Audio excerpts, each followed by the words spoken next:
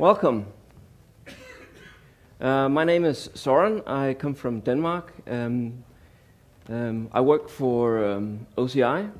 I've been doing so for the past 5 months or so. I'm also a conference organizer in Denmark where I organize GreatConf Europe. So it's nice getting out and see how other conferences are doing and supporting those as well. OCI is the home of Grails. You probably already know that, and if you need any help with your Grails projects, we're definitely there to help you guys. So who am I? I've been a Java developer for a lot of years. I joined the OCI team late last year. I have been a Groovy and Grails developer since somewhere around 2009. Started with Groovy 1.8-ish and Grails 1.2, I think. And my very first website was actually the GreatConf website, which I made together with Guillaume Laforge. And I'm very passionate about Groovy and Grails, and one of the reasons why I actually have created the conference. The co-founder, and I usually say that I'm 100% nerd, so if you call me nerdy, I don't mind. And of course I have to put a shameless plug in that if you didn't get enough Groovy and Grails content here, you should come to GreatConf. It's in the beginning of June, and Copenhagen is really nice in the beginning of June. So, I have a short agenda, and you'll notice that I have less slides and more demo, because I actually think coding live on stage is much more fun for you guys, and hopefully also more fun for me if the demo gods are with me. So I'm going to just talk about Grails. This is just another web framework, what is in the stack, and basically how does it work, and I'll show the last part by running a demo. So I am actually not going to do a Q&A, but you can stop me anytime. I cannot see very many of you because of the light, but speak up and I'll stop and listen to what you have to say. So Grails. What is Grails? Well, it's a powerful web framework where you get a lot of productivity boosts out of the box, and it's also a very opinionated web framework, which means that things have to be in a certain folder to do what you want it to do. And then it integrates very well with the JVM. It runs Groovy, very nice. It has domain-specific languages for configuration, log4j, not as much anymore in Grail 3. It has an ORM that can be object relational mapper that can be used with Hibernate or MongoDB or Redis or other data stores. It supports metaprogramming and some asynchronous programming. And I'm not going to go very deep into these parts. This is, after all, a very beginner's talk. So if, in the hope that that you will be more inclined to use Grails when we're done. So what is in the box? Well, it has the GORM layer for doing data manipulation. It can simplify Hibernate a lot. It also can be database agnostic, so you could, to some extent, exchange your data source from Hibernate to a NoSQL database, and it should not require too much work. It's a control layer built on Spring MVC. It uses Groovy server pages, a view technology. It has an embedded Tomcat, and it also runs Spring Boot. So you have a full development environment just by installing Grails. So you don't have to deploy your code to a external container to run it while you're developing. It reloads on the fly your artifacts, so if you add new artifacts or changes artifacts, you'll get reloading, so you don't have to restart your server all the time. On some occasions you have to restart the server, but the turnover time is not that big anymore. It uses Spring dependency injection. It has very good support for internationalization. That is actually what I18N stands for. It's I and 18 letters and an N. So it has a transactional service layer. It's very easy to create tag libraries. Have any of you tried creating tag libraries in Java? It's very cumbersome, and in Grails it's very easy. It also has a very well-defined plugin structure. However, the plugin structure between Grails 2 and Grails 3 changed dramatically, so you cannot use Grails 2 plugins for Grails 3 projects. But a lot of the very important plugins has already been migrated to Grails 3, and it's an ongoing process. There's also a command line tool and a build system based on Grail. And that's different from the build system in Grails 2, which was on Gantt. So the Grail stack, well, it's all built on the Java virtual machine, which is very good. It's very performant. It's it builds on Java, obviously, and the JDK. Not much there. Then it builds on Spring Boot, a very lightweight container to boot up an application, and the Spring framework for dependency injection and model view control, and then Hibernate when you pick the default stack, and that's what we're going to work with today. So it's not like I'm going to go on a route to other data stores. And then of course Groovy, which is a very important part of Grails. And then you have the Grails layer on top of it all. This is the stack. There's two major principles in Grails. The one is dry. Anybody knows what dry stands for? Don't repeat yourself. We try to write code once and not do too much copy and paste. It's not all avoidable, but it's fairly easy in Grails. And we have a convention over configuration, which means that Grails has an opinion about where you put domain objects, where you put controllers, where you put tag libraries, and so forth. So if you don't put a controller in the controller folder, it is not a controller, basically. And then of course it builds on Groovy, and just have this very short slides on why Groovy is cool and excellent and amazing. This is taken from Wikipedia. But Groovy is also very powerful, has an opinion about, it optional type, dynamic, and it can also be statically typed. But we're not going to go very deep into this. But it is very important to know that Groovy is an integral part of Grails. So, to get started with a Grails project, there's one command that can create an app, and then you basically have an app that you can work on, and everything is wired up for you. So, and you get a nice structure, and I'll get back to the structure because this is a little bit small and hard to read. So, actually already here, I'm very close to having used all my slides.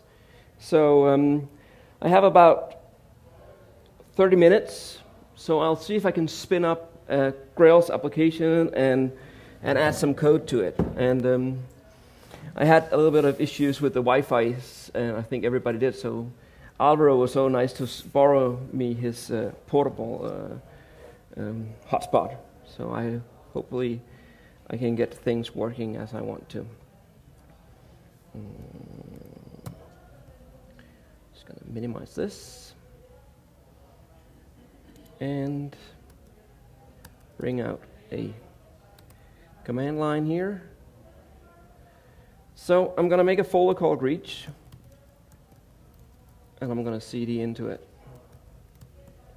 And also I'm going to flip back and forth. I was hoping that I had all my my notes on my tablet, but because of the Wi-Fi issue, I didn't have time to copy it over. So I will have to switch back and forth to my my presentation notes. I'm sorry about that. But hopefully I can remember most of it by heart. So now we have a directory, very empty. I'm going to spin up the Grails. No, first of all, I'm going to show you a small tool. That is, if you have JVM on your class path, you're good to go.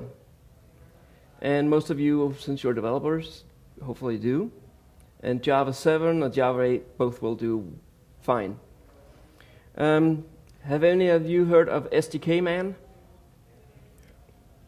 Good. For those of you who haven't, this is a very cool little tool, SDKMan.io.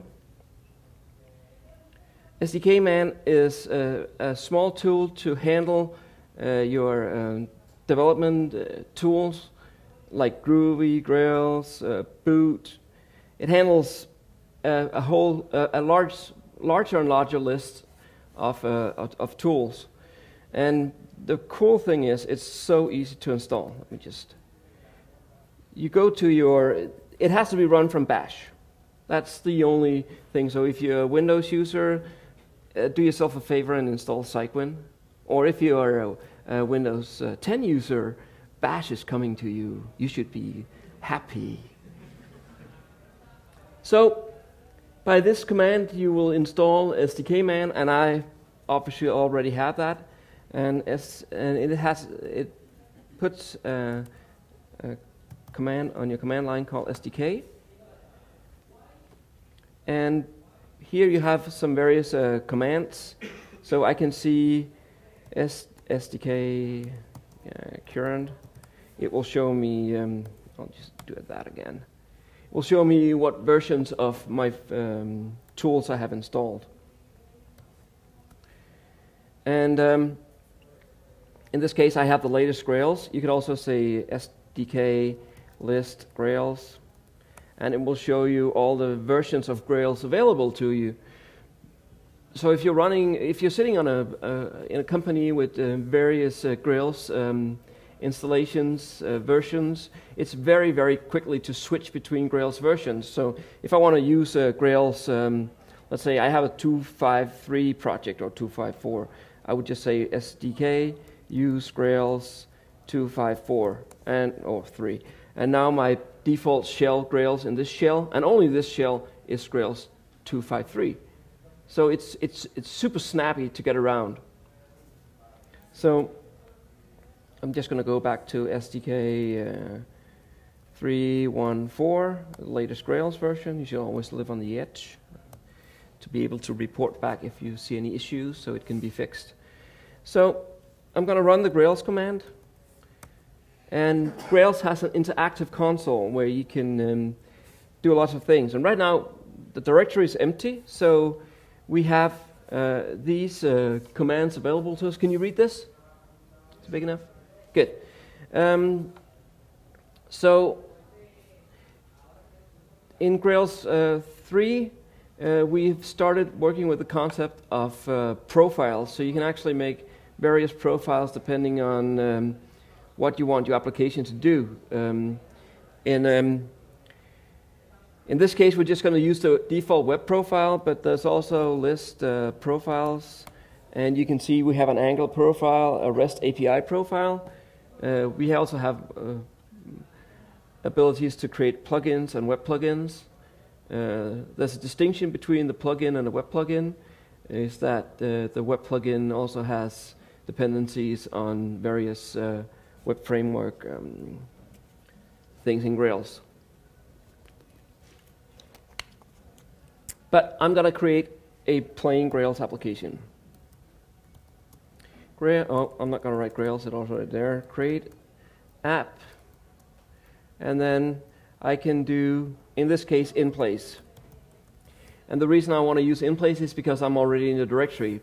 But if I wasn't in the directory, I could write create app and then the app name, and it would create a new directory and make the Grails structure in there. So let me just do this. And it will download a few dependencies, or actually just get them from my cache. So I can open the directory and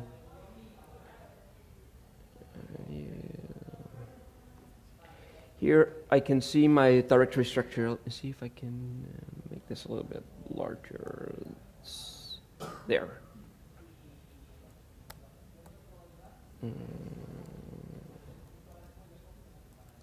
There we go.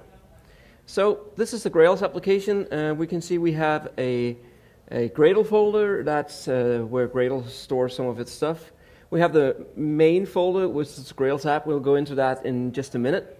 We have a source folder, and the source folder can be used to store our main, where we have a Groovy, and we also have a web app where we can place resources that will go directly into, it could be an HTML file, for example, or a PDF file that we want to serve directly from our application. Then we have test folders for integration tests and for unit tests.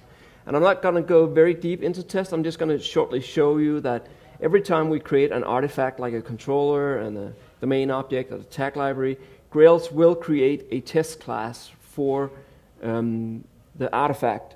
And the reason that it does this is that it thinks that it's very important to have tests for all your code, which is hard to not agree with. So back to the Grails application. This folder here has a number of other folders.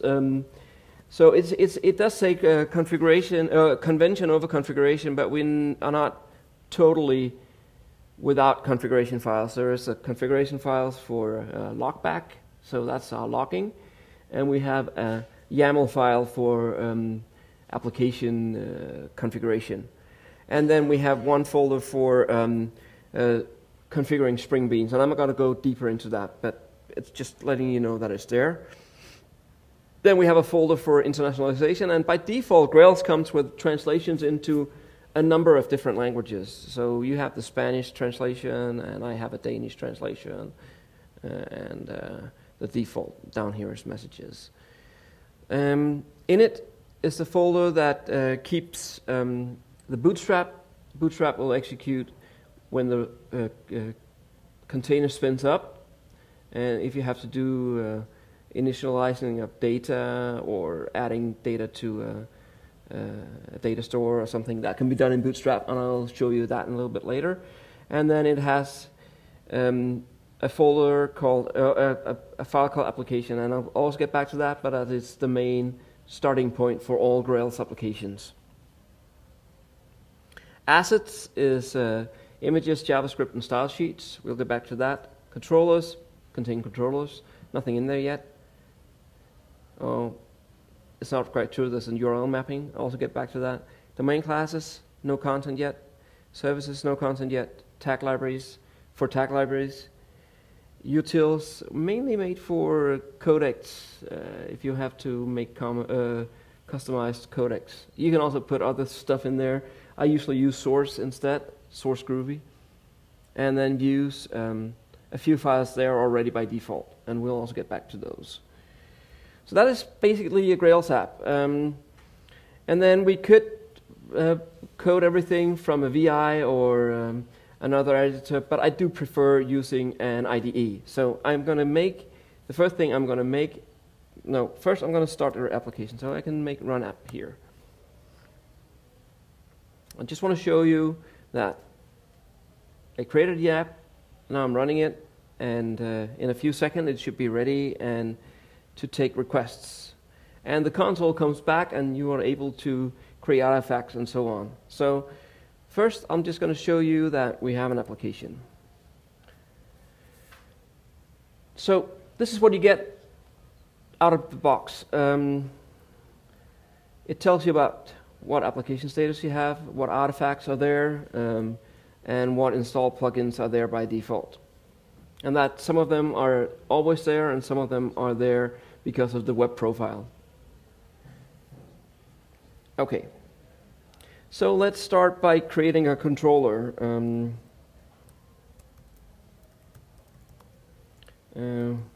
Welcome. it creates two files, a welcome controller and a welcome controller spec, and then the reloader actually reloads the artifact for us. So when we go back to our front here, we should actually see an available controller to us. But if I click it, it will say there's no view name with that. So we have a controller, but we don't have a view yet. So let's just very quickly create files for IntelliJ. I can also call Grail internal commands that I have in my Grail projects from within the Grails console. So I'm just going to create the idea files.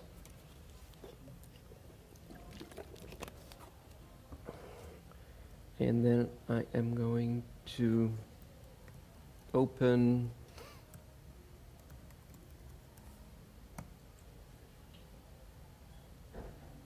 oh, it spins up the wrong idea. Sorry.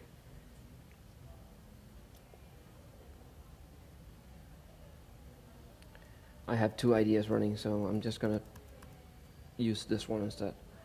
So I'm just going to open the project, and it's projects, demo, reach.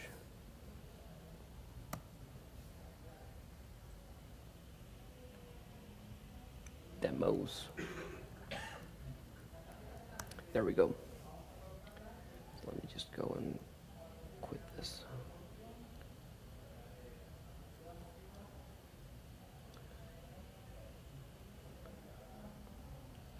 So it will say it has an unlinked Grail project, and I'm just going to import that, and everything should be good to go. It takes a few seconds, and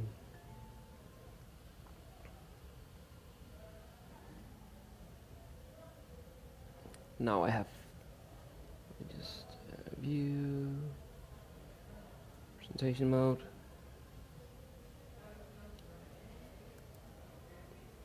Again, the Grails application and controller and the welcoming controller. It says here I have an index, but I have no GSP. Can you see this up there?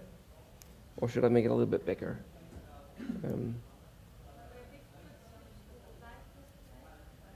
I'm just going to increase the font size. Hang on a second.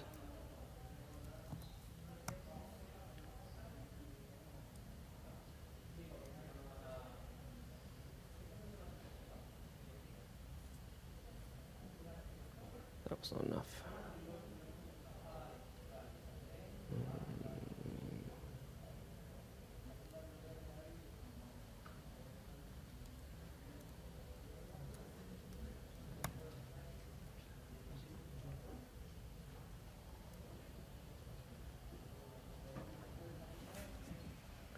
It's still not very good, is it? Let me just see what I can do about the colors.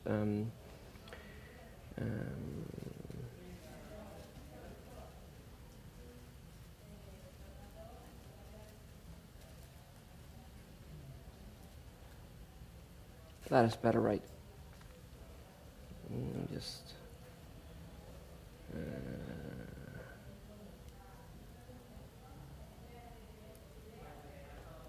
25.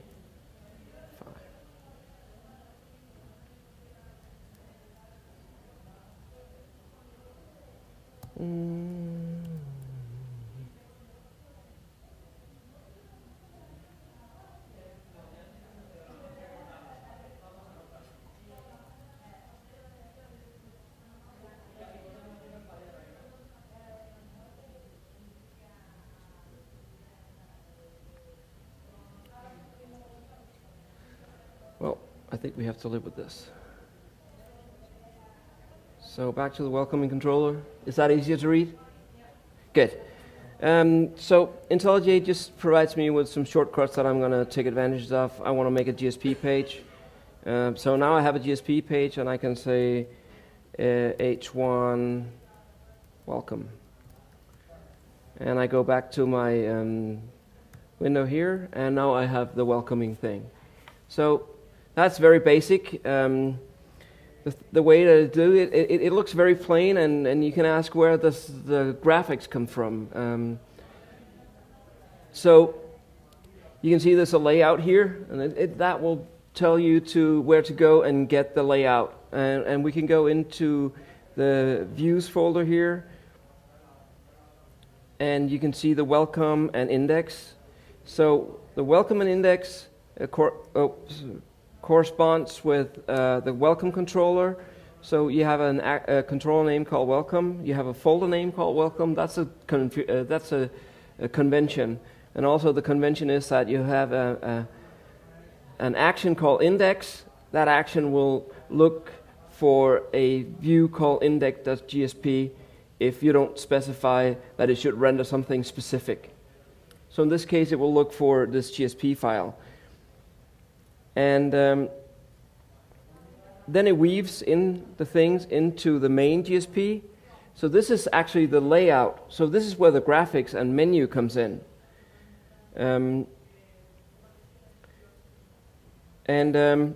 You can see down here we have something called LayoutBody, and actually if we look at the page here, the welcome is kind of very far out to the side. That's because it would be a good idea to wrap this in a div with a class called container.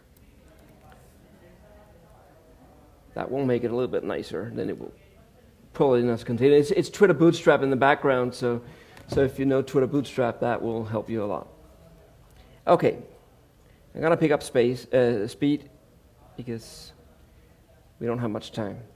So back to the welcome controller. I can also send data over to my view. I can do that by returning a model. So who reach. So now I put something in my model, and when I return a model, it will still look for a GSP page called index. And going back to the index page, I can say welcome and then say who, and that will grab information from the view model and display it in the view.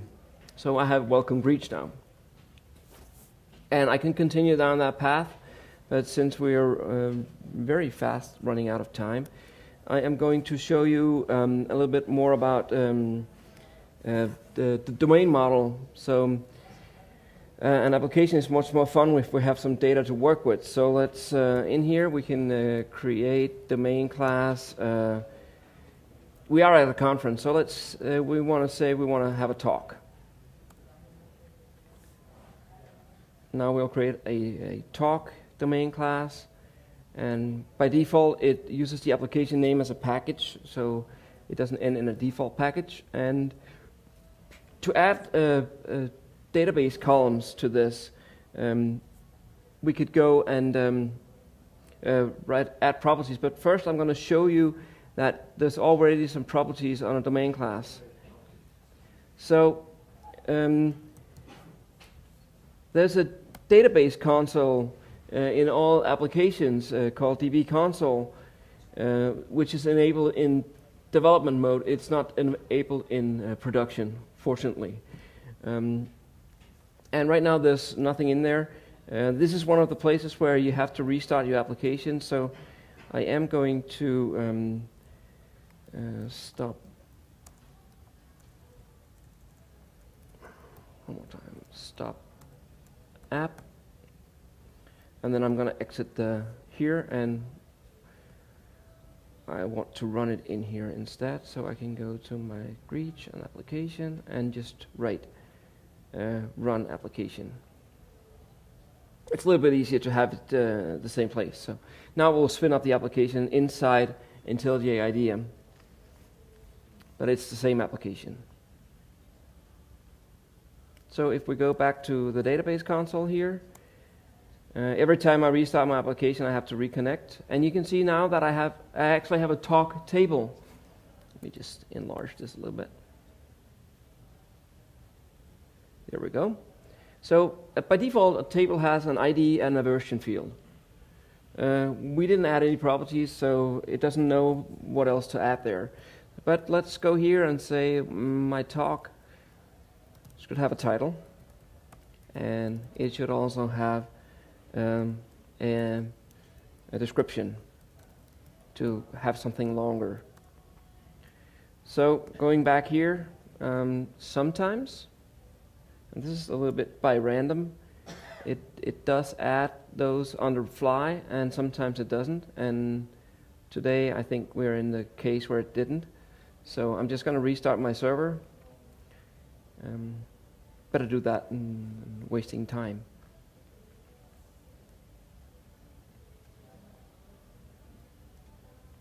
So restart this and connect and show the table. Now we have a description and a title, and the title is varchar 250, and so is the description. So that's the default values, and it's not null. So how can we change that? Well, we can say that we don't want our constraints to say that with title nullable is default false.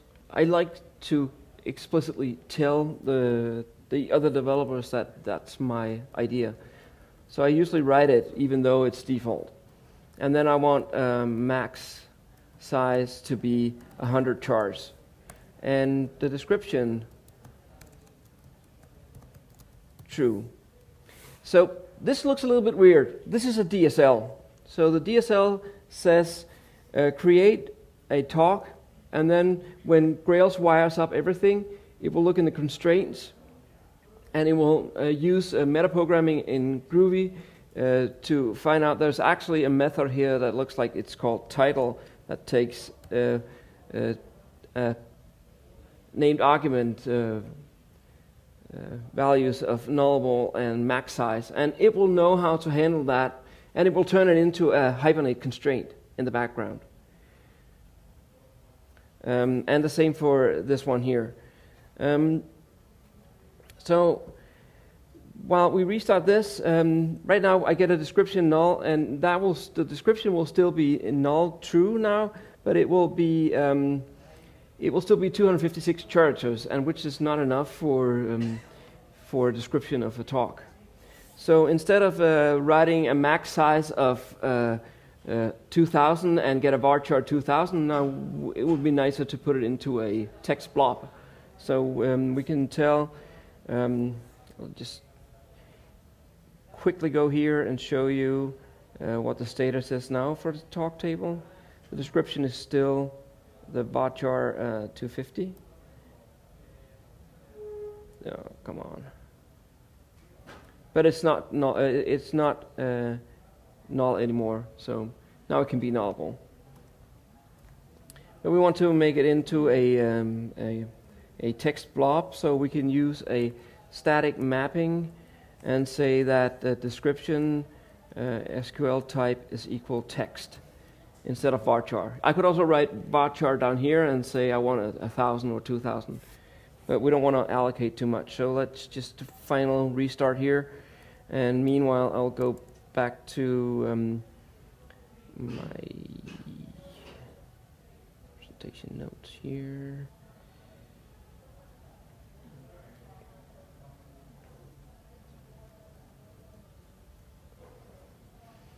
And let's just very quickly take a look at the database console again. Connect. And finally we can see that it's now a club. So that's the way we control database tables. So next thing is we want to be able to view what data we have. So let's just go ahead and, oh, wrong. We can create what we call a scaffold controller. Reach.talk, and this will create a controller, a very small one called talk controller, and it only has one line that says scaffold equals to talk, and that means create everything that we need to actually show what's going on in the application. Let's just remove this, and we can see now we have a talk controller, and if we click it, we get a nice UI for entering data, so we can go in and make a new talk and say the advantages of Grails, and this is cool. So now we have a one talk, and we can show the talk list, and this is cool. And there's also pagination and search. So instead of typing in a lot of data, I'm just going to very quickly show you how to do this in the Bootstrap. I have some code here.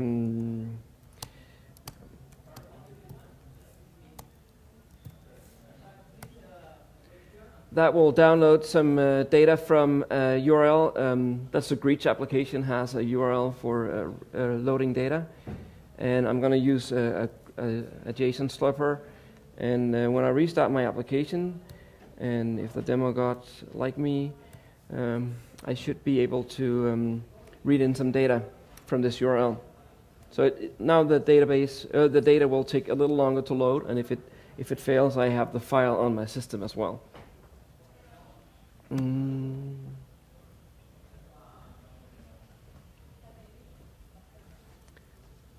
Here we have it. And now we have the talk list, and we have pagination, and we have sorting, and we could actually go in and say, well, where's that code coming from? So we can go in and say, no, that's not it, sorry. I'm a little bit stressed here. Generate all has a command for that. These commands also works in the Grails console. This is just a shortcut.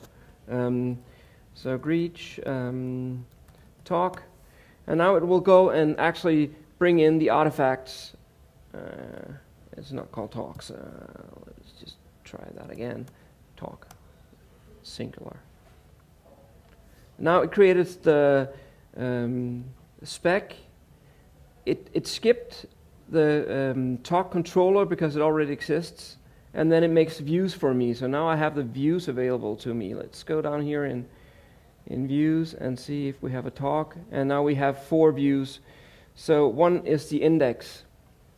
And now that we have multiple talks, it would be nice if we were able to search these talks. So I'm very quickly going to copy some code in, and this code will actually be available as a GitHub project afterwards, so you can go and look at it. So the scaffolding code here only contains what I add extra. So it supports using the internal Grail scaffolding together with your own code.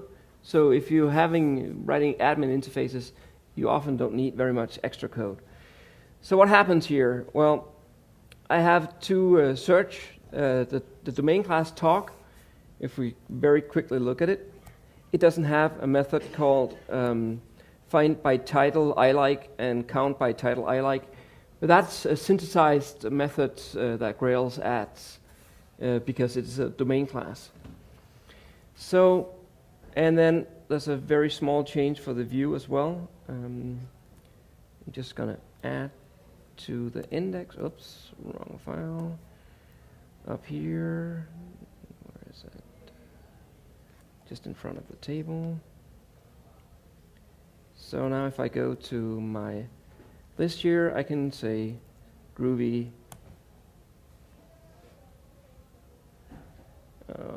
Maybe the controller didn't reload.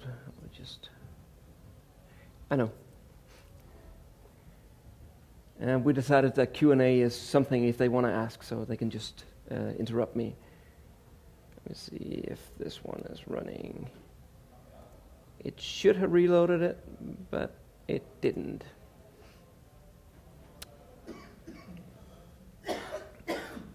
I have 4 more minutes, so I would have told you a lot more about tag libraries and services, but you're welcome. I will gladly sit down an hour and talk more about it at lunch or whenever you want, because yeah, time is running fast.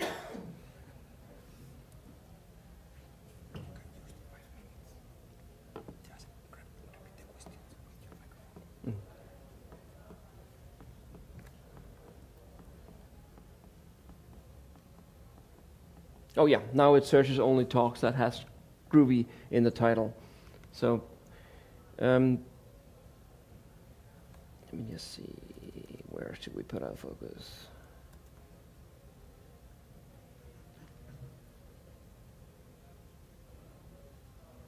So all the other scaffolded code, let me just bring that into view so you can see what it actually looks like. And I'm just going to copy this snippet, and then if I remove my controller and rerun the application, or rerun the generate all for talk, it will now see that my views are there and won't override them, but it will create my controller, so now I have a talk controller with all the code in it. So I'm just going to add my search here. So this is actually the code that Grails is using, and it's a very, very good starting point for creating your own applications, because it shows a lot of things that you can do with Grails. One of the things is that it uses the respond, and respond is very intelligent in the way that it knows what you're requesting. So if you're requesting JSON as a return type, it will actually return JSON for you. So let me just very, very quickly show you that in the view here. If we go back to index, and then if I say JSON, it will actually return the talks as JSON instead of a HTML view. And if I write XML, it will return XML instead. So this is a very, very fast way of getting started with some front end that needs XML or JSON.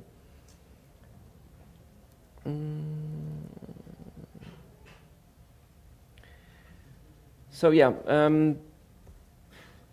Grails is also using various plugins when you're developing, and one of the plugins that it uses by default in the views here, I'm just going to very briefly introduce you to that. It's the Fields plugin, because you'll probably wonder how it manages to render the fields from the bean. But the bean that uses or the view uses something called the Fields plugin, and that will allow you to in one place tell how to render various types. So in this case, everything is rendered as a text field, but you'll actually notice that if we go to our talk index here and take the Groovy puzzlers, oh, that was a bad example because it doesn't have a description. None of them do. Oops, sorry. My reading in the data is not working as I expected. So I could go in and say, right now if I go into my edit, right now the description is a short file, and if I want this to be a text field instead of going in and writing a lot of GSP code, I could utilize the Fields plugin, and the Fields plugin allow me to make a folder here called Fields talk, and in here I could add a short GSP. Let me just find that very, very quickly. So I can define how my talk should be created. My description field. So if I add this and go back to my view here, no, the demo gods are not liking me right now.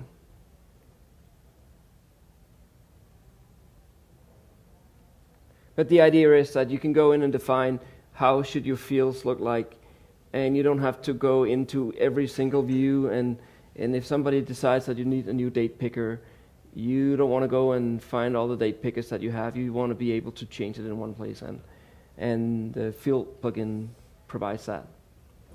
I'm sorry I don't have any more time. Yeah.